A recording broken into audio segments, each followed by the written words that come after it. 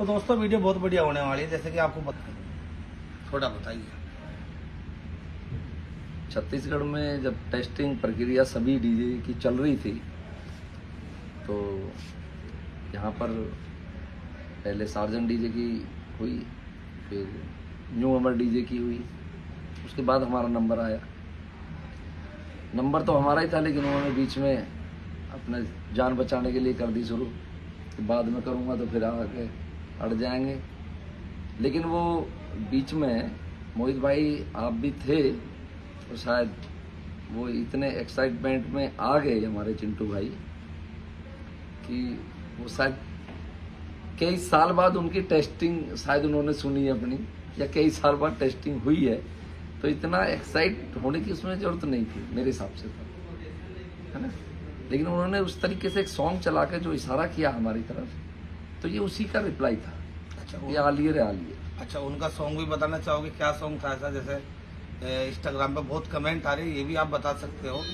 नहीं, वो सॉन्ग उन्होंने इस तरीके से चलाकर इशारेबाजी जो की थी वो थोड़ा सा, फिर मैंने कमेटी वालों, जब मेरी टेस्टिंग प्रक्रिया पूरी हो गई थी तो 2-3 हमारी कमेटी के लोग आए थे वहाँ, तो उन्होंने बोला था कि हम सुन नहीं पाए, एक बार सुना दो। समय ज़्यादा हो गया था तो मैंने बोला कि सामने डीजे खड़ा है, एक बार उसको चलवा लो, अगर वो चलेगा तो मैं वहीं ले जाकर चलाऊँगा। अच्छा, क्योंकि एक ओपन चैलेंज वाली बात की थी। अब उन लोगों को ये सोचना चाहिए कि 3-4 साल बाद आपको कहीं मौका मिला और वो भी पता नहीं कैसे मिल गया। चाहते तो वो भी कैंसिल हो सकता था, लेकिन हम नहीं चाहते। साउंड लाइन में आपस में मतभेद जरूर होने चाहिए, लेकिन मनभेद नहीं होना चाहिए। तो मैं मनभेद बिल्कुल नहीं रखता हूँ, और अगर वो उन्होंने इस तरीके से किया तो उनको फिर भागना नहीं चाहिए, उनको फिर कंपटीशन करना चाहिए था वहीं। क्योंकि कमेटी वालों ने पहले ही बोल रखा था कि रोड शो शुरू होने से पहले आप कुछ भी कर सकते हो, है ना। अच्छा जी। लेकिन 3-4 साल बाद एंट्री हुई है, स्वागत है आपका इंडस्ट्री में। फिर से आप गुम हो गए थे तो आपके मित्र है, काफी मामला कैडा रहा। ऐसे भाई है हमारे, इसमें कोई हमारी शत्रुता नहीं। मैंने बात बताया ना, हमारे अंदर मतभेद हो सकते हैं, मनभेद नहीं है। और मनभेद जिस दिन हो गए उस दिन फिर एक साथ काम करना मुश्किल हो जाएगा। फिर जो वो एक अलग ट्रैक पे चली जाती है फिर कहानी। तो डीजे कसाना और डीजे न्यू अमर मेरठ दोनों का आपने भाई हम इतने से इतने हो लिए, जब से इनका मामला कैडा चलता आ रहा है, एक दूसरे जैसे खड़े हो जाते हैं आमने सामने, ऐसा कुछ नहीं है। बहुत अच्छे तरीके से मिले यहाँ पे, बहुत भाई कमेंट कर रहे। तो दोस्तों थोड़ा बहुत माहौल जैसा भी है सामने की साइड से बना, फिर उमेश भाई ने अपनी लैंग्वेज द्वारा आलिए व आलिए। देखो, मैं आप पहले भी देख चुके हो, मैं अपनी तरफ से कभी पहल नहीं करता हूँ, ठीक है ना। ये बात वो भी बोलते हैं, लेकिन वो उंगलबाजी जरूर करते हैं, उंगलीबाजी, है ना। अभी 2 साल से तो खैर कावड़ मेले में नहीं जा रहे हैं वो। लास्ट टाइम कब किया था? शायद 2023 में किया था उन्होंने। 2023 में उन्होंने बोला था कि मेरी कमेटी में कुछ डिस्प्यूट है और मैं कंपटीशन नहीं कर पाऊंगा, जबकि कसाना डीजे और अमर डीजे का कंपटीशन कंफर्म था, होना था। उन्होंने मना किया, लेकिन हमने कंपटीशन नहीं किया उनसे। आपने देखा जी, साथ में साउंड लगे भी रहे, लेकिन कंपटीशन की कोई बात नहीं हुई। जब उन्होंने सामने से मना कर दिया तो फिर हम कंपटीशन नहीं किया, है ना। अच्छा। तो मैं जबरदस्ती घेरने वाला व्यक्ति नहीं हूँ, लेकिन सामने से इस तरीके से गाना चला करो, इशारे करना, वो भी एक डीजे ऑनर कर रहा है। कोई लड़का करे तो अलग बात है, आप खुद स्वयं इशारे कर रहे हो, तो वो फिर मैं फिर एक बात कहूँगा कि चिंटू भाई बड़े बेशक हो गए हो, लेकिन अभी बच्चे हो गए, ठीक है ना। थोड़ी समझदारी रहो। तो भाइयों जैसे कि मामला रहा, अपने यहाँ से यूपी से इतनी दूर आने के बाद और इस तरीके से आपके बीच में ये प्यारा सा मामला कैडा किया गया है। दोनों भाई ने एक दूसरे के प्रति हिसाब मामला कैडा किया। साउंड बहुत अच्छे बजे, जबरदस्त बजे।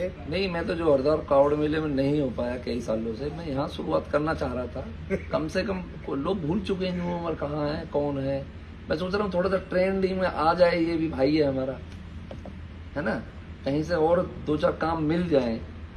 अभी तो ये कावड़ मेले की देन है, ये रोड शो इनको मिल गया, और टेस्टिंग में एक गाना चला के आप इतने खुश हो गए हो, उसके बाद की परफॉर्मेंस आपकी कैसी रही है, तब मुझे लग रहा है आपके चेहरे की हवाइयाँ उड़ गई।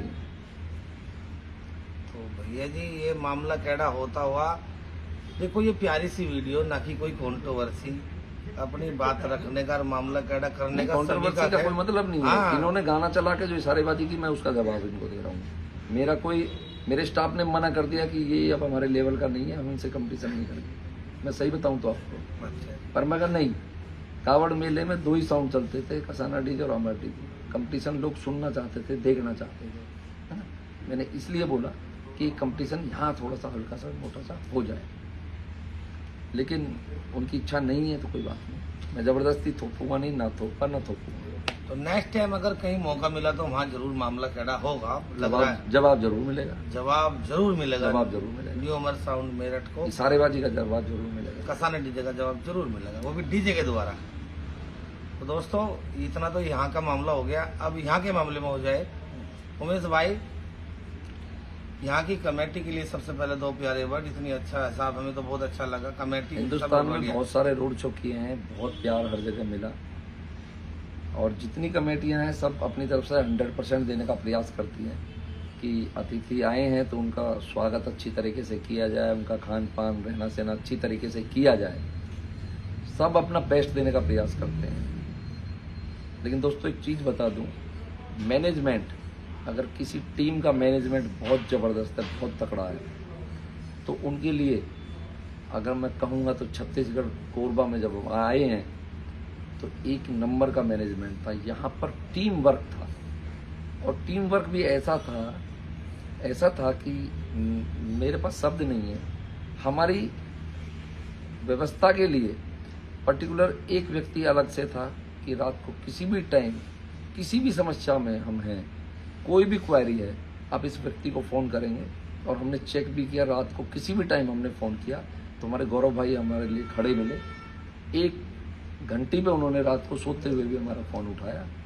और धन्यवाद हम करना चाहेंगे, हमारे राहुल चौधरी जी अभी यहीं हैं, लेकिन वो हिंदू क्रांति सेना के अध्यक्ष हैं, और उनकी पूरी टीम का दिल से धन्यवाद करना चाहेंगे, जो इतना ज़बरदस्त उन्होंने प्लेटफॉर्म बनाया, एक यूनिटी बना रखी है और यूनिटी के साथ काम कर रहे हैं।